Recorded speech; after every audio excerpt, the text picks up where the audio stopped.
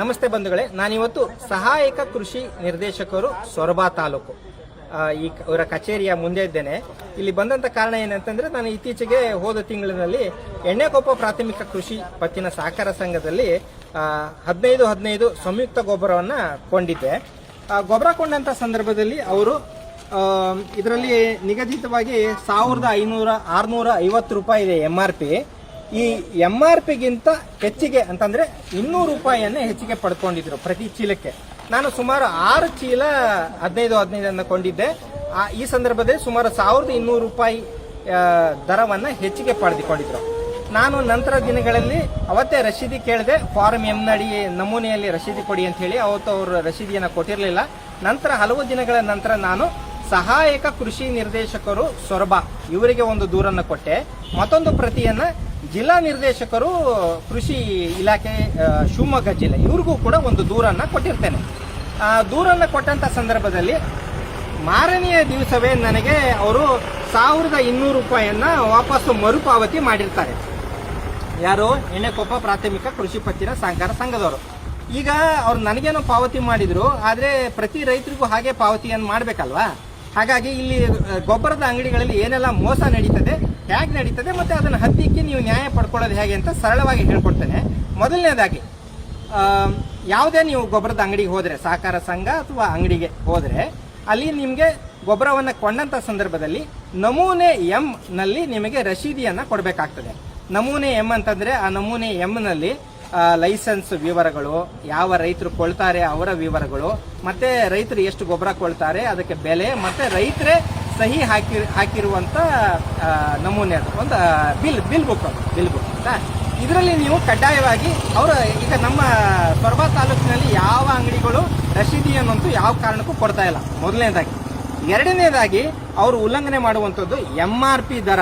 ಕಡ್ಡಾಯವಾಗಿ ಏನಿದು ಗರಿಷ್ಠ ಮಾರಾಟ ಬೆಲೆ ಇದೆಯಲ್ಲ, ಅದನ್ನ ಮೀರಿ ಅವರು ಹೆಚ್ಚುವರಿಯಾಗಿ ಹಣವನ್ನ ತಗೊಳ್ತಾ ಇದ್ದಾರೆ ರೈತರಿಂದ. ಅದು ಸಹಕಾರ ಸಂಘಗಳಾಗಬಹುದು, ಖಾಸಗಿ ಅಂಗಡಿಗಳಾಗಬಹುದು, ಇಬ್ರು ಕೂಡ ಇದೇ ಕೆಲಸ ಮಾಡ್ತಾ ಇದ್ದಾರೆ. ಎರಡನೇದಾಗಿ, MRP ದರ ಇದನ್ನು ಉಲ್ಲಂಘನೆ ಮಾಡುವುದು ಕಾನೂನು ಬಾಹಿರ, ಮತ್ತೆ ಇದು ಏನದು ಅಗತ್ಯ ವಸ್ತುಗಳ ಕಾಯ್ದೆ ಅಡಿ ಬರ್ತದೆ. ಇದಕ್ಕೆ ಗರಿಷ್ಠ ಪ್ರಮಾಣದ ಶಿಕ್ಷೆ ಕೂಡ ಇದೆ. ಇದನ್ನು ಕೂಡ ಅವರು ಉಲ್ಲಂಘನೆ ಮಾಡ್ತಾ ಇರೋದು ಎರಡನೇದಾಗಿ. ಮೂರನೇದಾಗಿ, ನೀವು ಯಾವುದೇ ಗೊಬ್ಬರ ಕೊಳ್ಳಿಕ್ಕೆ ಹೋದಂತ ಸಂದರ್ಭದಲ್ಲಿ ಲಿಂಕ್ ಗೊಬ್ಬರ, ಈ ಗೊಬ್ಬರ ತಗೊಳಕಂದ್ರೆ ಇಲ್ಲ ಅದಕ್ಕೆ ಆ ಲಿಂಕ್ ಆಗಿದೆ ಅದು ತಗೋಬೇಕು ಅಂತಾರೆ. ಈ ಗೊಬ್ಬರ ತಗೊಳ್ಳಿ, ನನಗೆ 10-26 ತಗೊಳ್ಬೋದ ಅಂತ ಸಂದರ್ಭದಲ್ಲಿ ನನಗೆ ಅದಕ್ಕೆ DNP ಲಿಂಕ್ ಆಗಿದೆ ಅಂತಂದ್ರು, ಆಯ್ತಾ. ಆಮೇಲೆ ಈಗ ಯೂರಿಯಾ ಕೊಡ್ಬೇಕಾದ್ರೆ ನ್ಯಾನೋ ಯೂರಿಯಾ ಮಾರಬೇಕು, ನ್ಯಾನೋ DAP ತಗೊಳ್ಬೇಕು ಅಂತೆಲ್ಲ ಇದೆ. ಆದ್ರೆ ಕಾಯ್ದೆಯಲ್ಲಿ, ರಸಗೊಬ್ಬರ ನಿಯಂತ್ರಣ ಕಾಯ್ದೆ ಅಡಿ ಯಾವುದೇ ಲಿಂಕ್ ಗೊಬ್ಬರವನ್ನ ಮಾರುವಂತಿಲ್ಲ ಅಂತ ಕಾಯ್ದೆಯನ್ನು ಹೇಳ್ತದೆ. ಮತ್ತೆ ಅದಕ್ಕೆ ಸಂಬಂಧಪಟ್ಟಂತೆ KRS ಪಾರ್ಟಿ ಕಾರಣಕ್ಕಾಗಿ ಹಲವಾರು ಸುತ್ತೋಲೆಗಳನ್ನು ಇತ್ತೀಚೆಗೆ ಕೂಡ ಹೊರಡಿಸಿದ್ದಾರೆ, ಆಯ್ತಾ. ನಾಲ್ಕನೇದಾಗಿ, ಪ್ರತಿ ಗೊಬ್ಬರದ ದಾಸ್ತಾನು ಅಂಗಡಿದಾರರು ಹೊರಗಡೆ ಅವರು ದಾಸ್ತಾನನ್ನ ಅವತ್ತಿನ ದಿನ ಸ್ಟಾಕ್ ಎಷ್ಟಿದೆ ಅಂತ ಹೇಳಿ ಬರಿಬೇಕಾಗುತ್ತದೆ. ಯಾವ ಗೊಬ್ಬರಗಳು ಎಷ್ಟಿದೆ, ಎಷ್ಟು ದಾಸ್ತಾನು ಇದೆ ಅವರಲ್ಲಿ ಅಂತ ಹೇಳಿ ಬರೆದು ಅದನ್ನ ಪ್ರದರ್ಶನ ಮಾಡಬೇಕಾಗ್ತದೆ. ಇದು ಕಡ್ಡಾಯವಾಗಿ. ಈ 4ರಲ್ಲಿ ಯಾವುದು ಉಲ್ಲಂಘನೆ ಆದ್ರೂ ಕಡ್ಡಾಯವಾಗಿ ನೀವು ಸಹಾಯಕ ಕೃಷಿ ನಿರ್ದೇಶಕರಿಗೆ ದೂರನ್ನ ಕೊಡಬೇಕು.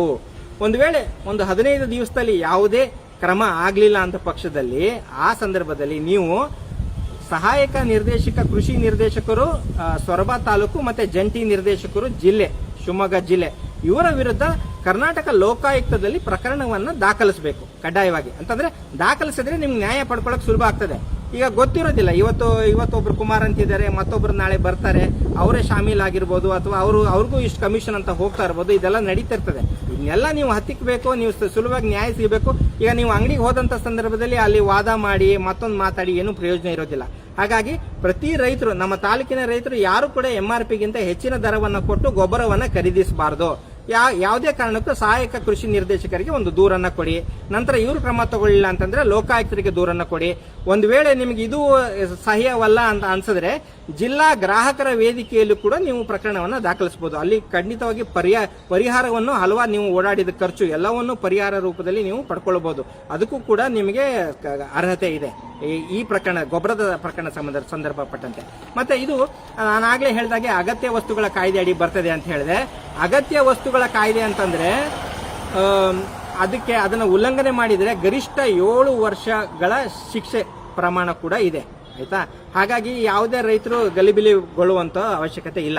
ಸಹಜವಾಗಿ ಈಗ ಸಹಕಾರ ಸಂಘಗಳಲ್ಲಿ ನಿರ್ದೇಶಕರಾಗಲಿ ಅದು ಅಧ್ಯಕ್ಷರಾಗಲಿ ಉಪಾಧ್ಯಕ್ಷರಾಗಲಿ ನಿರ್ದೇಶಕರುಗಳಾಗಲಿ ಎಲ್ಲರೂ ನಮ್ಮ ಅಣ್ಣ ತಮ್ಮದಿರೇ ಆಗಿರ್ತಾರೆ. ಈಗ ನಮ್ಮ ಅಣ್ಣ ತಮ್ಮದಿರೇ ನಮ್ಮ ಊರಿನವರೇ, ಅವ್ರು ಹೊರಗಿನ ಯಾವ ದೇಶದಿಂದನೂ ಬಂದಂತವ್ರು ಅಲ್ಲ ಆಯ್ತಾ. ನಮ್ಮ ಹಳ್ಳಿ ನಮ್ಮ ಗ್ರಾಮದಲ್ಲಿ ಏನು ವಿಕೇಂದ್ರೀಕರಣ ಆಗಬೇಕು, ಸ್ಥಳೀಯರಿಗೆ ಆಡಳಿತ ಕೊಡಬೇಕು ಅಂತ ಏನಿದೆ, ಅದರಂತೆ ನಮ್ಮವರೇ ಅಲ್ಲಿ ಅಧಿಕಾರಕ್ಕೆ ಬಂದು ನಮಗೆ ಗೂಟ ಬಡಿತಿರ್ತಾರೆ, ಅಲ್ಲಿ ಸ್ಥಳೀಯ ರೈತರಿಗೆ ಮೋಸ ಮಾಡ್ತಿರ್ತಾರೆ. ಹೌದಾ, ಇದನ್ನ ನೀವು ಹತ್ತಿಕ್ಬೇಕು ಅಂತಂದ್ರೆ, ಕೇಳಬೇಕು ಅಂತಂದ್ರೆ ಈಗ ಅವರ ವಿರುದ್ಧ ಅಂತಂದ್ರೆ ಕಡ್ಡಾಯವಾಗಿ ನೀವು ಒಂದು ದೂರ ಅರ್ಜಿಯನ್ನಾದ್ರೂ ಬರೀ. ಯಾಕಂದ್ರೆ ಸಹಜವಾಗಿ ಕಮೆಂಟ್ ಸೆಕ್ಷನ್ ಅಲ್ಲಿ ಹಾಕ್ತಿರ್ತಾರೆ, ಇಲ್ಲಿ ಅಂಗಡಿಯಲ್ಲಿ ಇಷ್ಟು ಮೋಸ ಮಾಡ್ತಿದ್ದಾರೆ, ಇಲ್ಲಿ ಆತರ ಹಾಕಿದ್ರೆ ಅದರಿಂದ ಏನು ಪ್ರಯೋಜನ ಆಗೋದಿಲ್ಲ. ನಿಮ್ಗೆ ಅನ್ಯಾಯ ಆಗಿದ್ರೆ ಕಡ್ಡಾಯವಾಗಿ ದೂರನ್ನ ಕೊಡಿ. ಮತ್ತೆ ನಿಮಗೆ ಅದ್ರದ್ದು ನ್ಯಾಯ ಸಿಗಲಿಲ್ಲ ಅಂತಂದ್ರೆ ಖಂಡಿತವಾಗಿ ನಮ್ಮ ಕಾರ್ಯಕರ್ತರು ಹಳ್ಳಿ ಹೋಬಳಿ ಮಟ್ಟದಲ್ಲಿ ಇದ್ದಾರೆ, ಅವರನ್ನು ಸಂಪರ್ಕಿಸಿ, ಇಲ್ಲ ಅಂತಂದ್ರೆ ನಮ್ಮನ್ನೇ ಸಂಪರ್ಕಿಸಿ. ನಾವು ಕೂಡ ಅದಕ್ಕೆ ಪರಿಹಾರ ಹೇಗೆ ಒದಗಿಸ್ಕೊಳ್ಬೇಕು ಅಂತ ಮಾಹಿತಿಯನ್ನು ಕೊಡ್ತೇವೆ. ಧನ್ಯವಾದ.